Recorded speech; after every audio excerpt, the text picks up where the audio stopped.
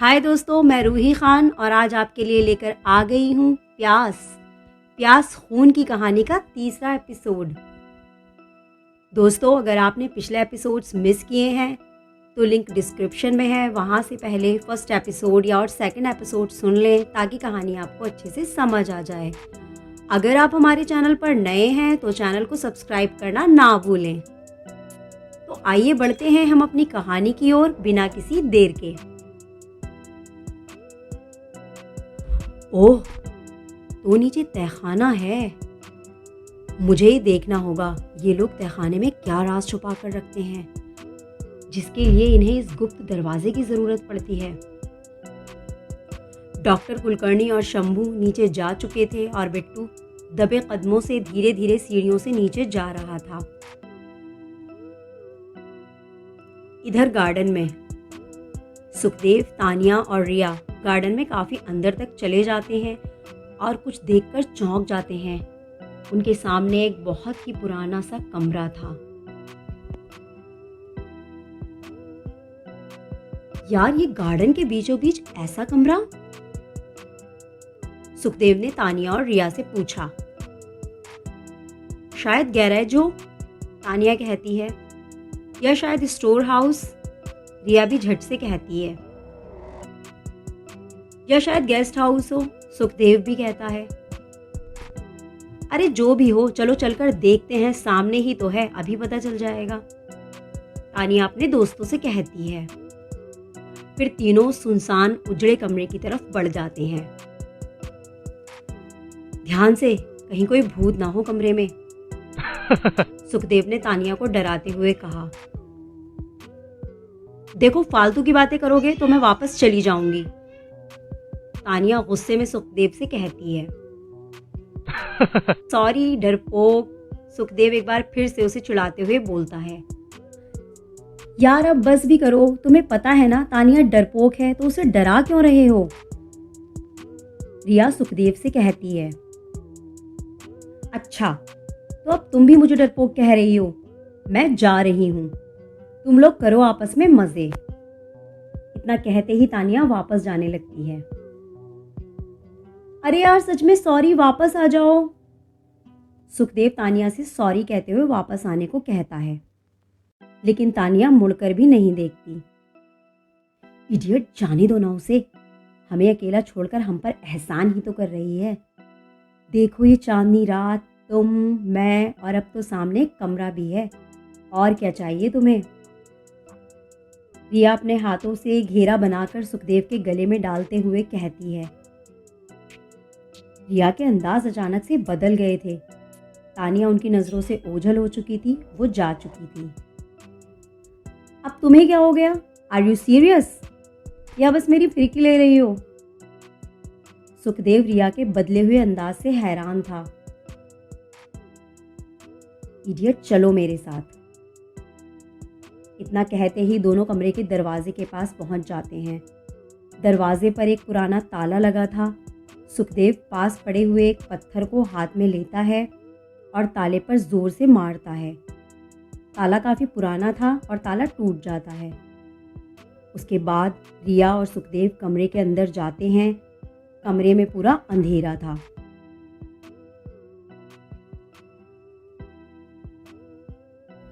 रिया अपने फ़ोन की torch on करती है और दरवाजे के सामने उसे इलेक्ट्रिक स्विच बोर्ड दिखता है। वो हाथ बढ़ाती है और स्विच दबाते ही कमरे की लाइट ऑन हो जाती है। लाइट ऑन होते ही कमरे का नज़ारा देखकर दोनों हैरान हो जाते हैं।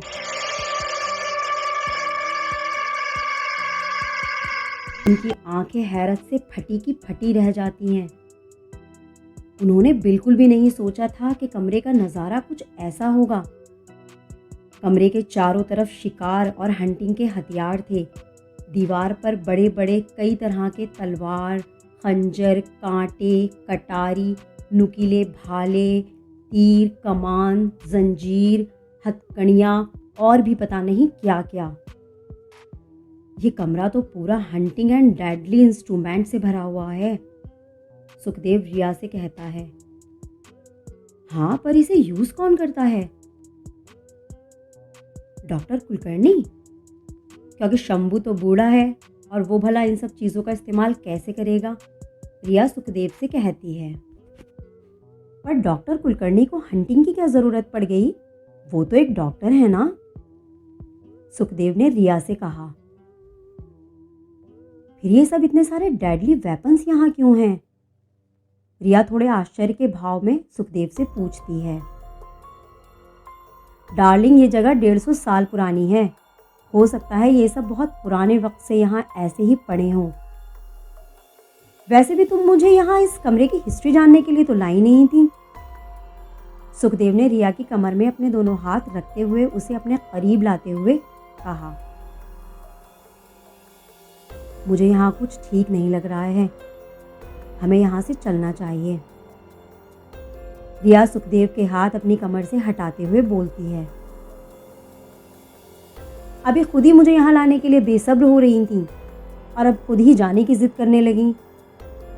यहाँ मेरे और तुम्हारे सिवा कोई नहीं है, ये कहते हुए सुखदेव रिया के होठों पर किस करने लगता है। इधर तानिया झील के पास पहुंच जाती है, जहां पर राकेश और रेनू बोट पर चांदनी रात का मजा ले रहे थे।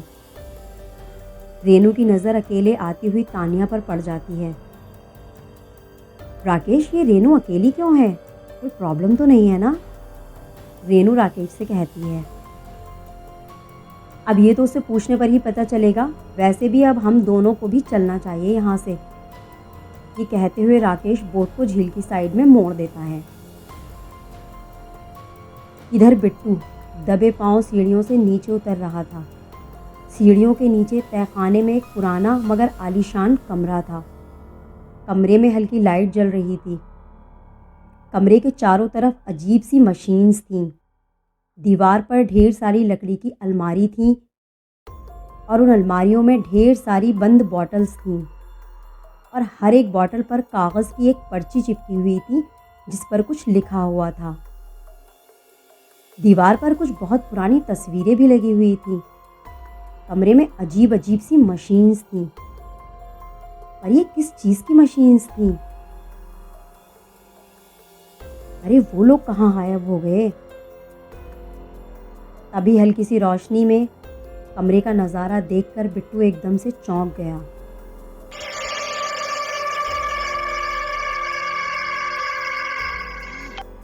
ओह माय गॉड, ये क्या घपला हो रहा है यहाँ? ये मशीन तो पुराने ज़माने में यूज़ होने वाली वो चेयर्स है और फंदे हैं जिनसे कैदियों को बांधा जाता था।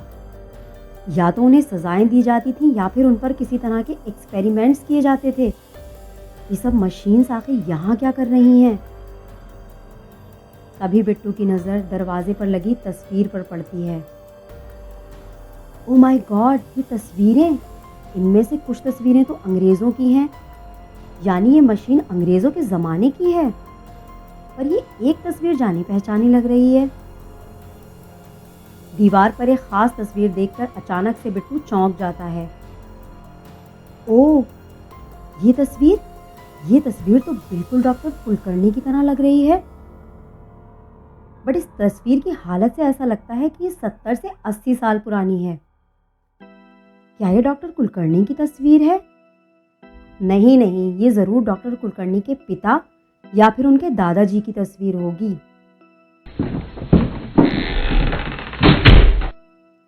बेटा, ये मेरी ही तस्वीर है। बिट्टू अपने आप में ये सब बड़बड़ा ही रहा था कि तभी डॉक्टर कुलकर्णी पीछे से कहता है। बिट्टू पीछे मुड़ता है और सामने डॉक्टर कुलकर्णी को देखता है। बिट्टू थोड़ी देर के लिए भूल गया था कि वो कितने खतरनाक जगह पर अकेला खड़ा था। अंकल, आप? बिट्टू हकलाते हुए कहता है। बिट्टू के चेहरे पर अब खौफ साफ दिख रहा था। हाँ, मेरी कोठी है तो मैं ही मिलूंगा ना। पर तुम यहाँ क्या कर रहे हो? तुम्हें तो अपने दोस्तों के साथ होना चाहिए था ना। तुमने सोचा कि वो लोग तुम्हें ना पाकर कितना परेशान होंगे? डॉक्टर कुलकर्णी ये सारी बातें बहुत ही रहस्यमय अंदाज में कह रहा था। अंकल, ये सब क्या है? ये सब इतना अजीब क्यों है? कुछ तो गड़बड़ है यहाँ पर। मुझे यहाँ से जाना चाहिए। ये कहते हुए बिट्टू वहाँ से जाने के लिए अपने कदम बढ़ाता है, पर अब शायद बहुत देर हो चुकी थी। पीछे से बिट्टू के सर पर एक तेज़ वार होता है और बिट्टू धम से ज़मीन पर गिर जाता है।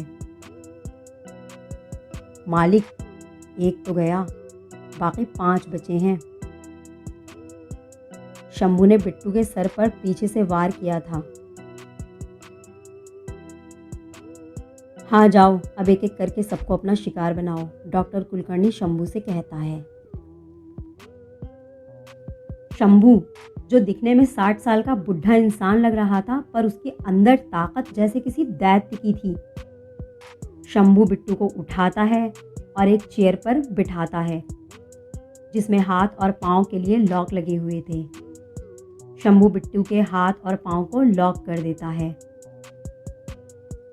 उसके बाद डॉक्टर कुलकर्णी सामने पड़े ऑपरेशन इंस्ट्रूमेंट्स से कुछ लेता है और फिर बिट्टू की तरफ बढ़ जाता है। मालिक, ध्यान से, खून की एक भी बूंद बर्बाद ना हो।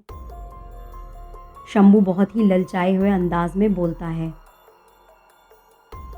बेवकूफ़, मुझे मेरा काम मत समझाओ। अब जाओ यहाँ से, तुम्हारा हिस्सा रख दूंगा, डॉक्टर कुलकर्णी शंभू को डांटते हुए कहता है। नहीं मालिक, बहुत दिन हो गए हैं गर्म खून का मज़ा लिए हुए। आज तो मुझे ताज़ी और गर्म खून चाहिए ही चाहिए। शंभू डॉक्टर कुलकर्णी से बिट्टू का गर्म खून मांगता है। बेवकूफ़, तुम्हारी इसी लालच की वजह से तुम जल्दी बूढ़े हो गए हो। मेरी तरह अगर सब्र रखते तो मेरी तरह आज तुम भी जवान होते, डॉक्टर कुलकर्णी एक बार फिर से शंभू को डांटते हुए कहता है। पर शंभू पर तो जैसे गर्म खून का भूत सवार था। गर्म खून का नशा ही अलग है। जवान बने रहने के लिए आप खून के साथ जो जो एक्सपेरिमेंट्स करते हो ना, उससे खून में कोई स्वाद ही नहीं बाकी रहता है। और स्वाद के बगैर जिंदगी का क्या मतलब? शंभू एक बार फिर गर्म खून की जिद करता है और तभी बिट्टू की आंख खुल जाती है। ये क्या कर रहे हो तुम लोग? ये मुझे इस चेयर में लॉक क्यों कर दिया? जाने दो मुझे यहाँ से, प्लीज मुझे जाने दो। बिट्टू शंभू की लालच से भरी आंखों को देखता है। डॉक्टर कुलकर्णी समझ चुका था कि शंभू की गर्म खून की चाहत भड़क चुकी है, जिसे शांत करना नामुमकिन है।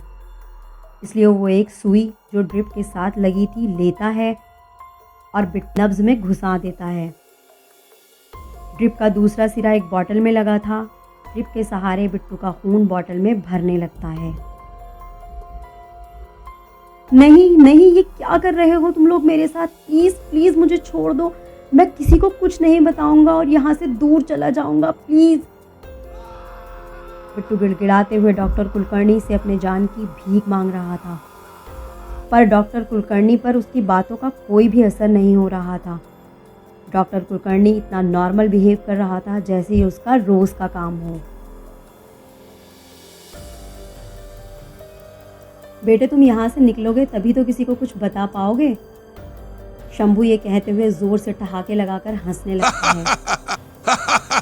बोतल में खून भर चुका था। डॉक्टर कुलकर्णी ड्रिप बंद कर देता है। फिर वो बोतल शंभू की तरफ बढ़ाते हुए बोलता है, ये लो तुम्हारा नशा, अब बाकी का मुझे दवाएं बनाने के लिए रखना है। शंभू बोतल को मुंह से लगाता है और गर्म खून पीने लगता है। बिट्टू कमज़ोर हो चुका था, उसकी बॉडी से 1/2 लीटर ब्लड निकल चुका था। डॉक्टर कुलकर्णी एक इंजेक्शन हाथ में लेता है और बिट्टू की गर्दन में लगा देता है। बिट्टू जोर से चीखता है, आह! ये क्या किया तुमने मेरे साथ?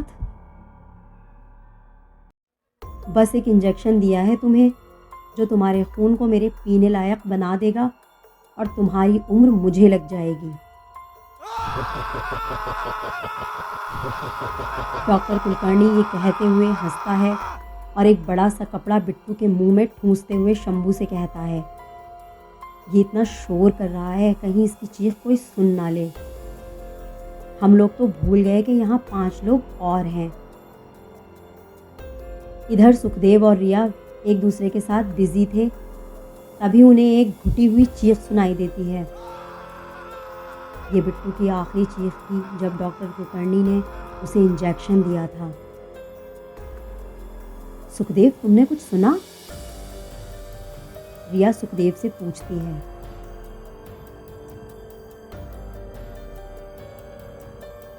हाय दोस्तों, कहानी आपको कैसी लग रही है? नीचे कमेंट करके ज़रूर बताएं।